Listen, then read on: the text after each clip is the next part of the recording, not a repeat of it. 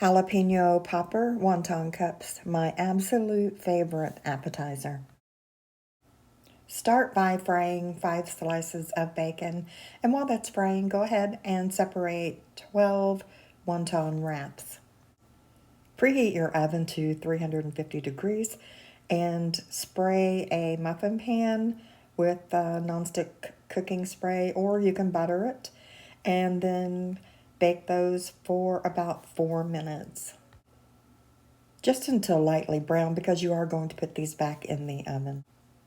I have a jar of jalapeno peppers, or you can use raw peppers that you cut up. I'm removing the seeds and the membrane because it is so hot, a little too much heat for me, but you can leave it in if you prefer. Trust me, you don't want to leave too much in there though, because this is extremely hot if you do.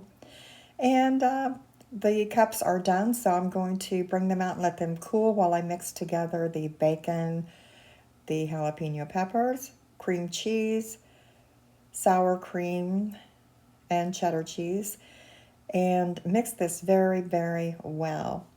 And then you're just going to put that into the cooled cups, just enough to almost fill it. It doesn't have to be quite full.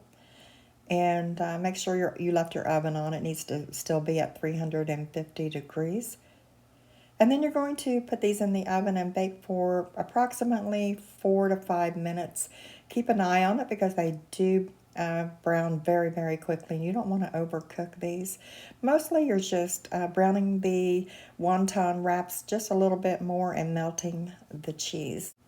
These are good, hot or cold. They're perfect for Christmas Eve appetizers or Christmas party, maybe New Year's Eve party, or the Super Bowl game day appetizers. They're absolutely perfect.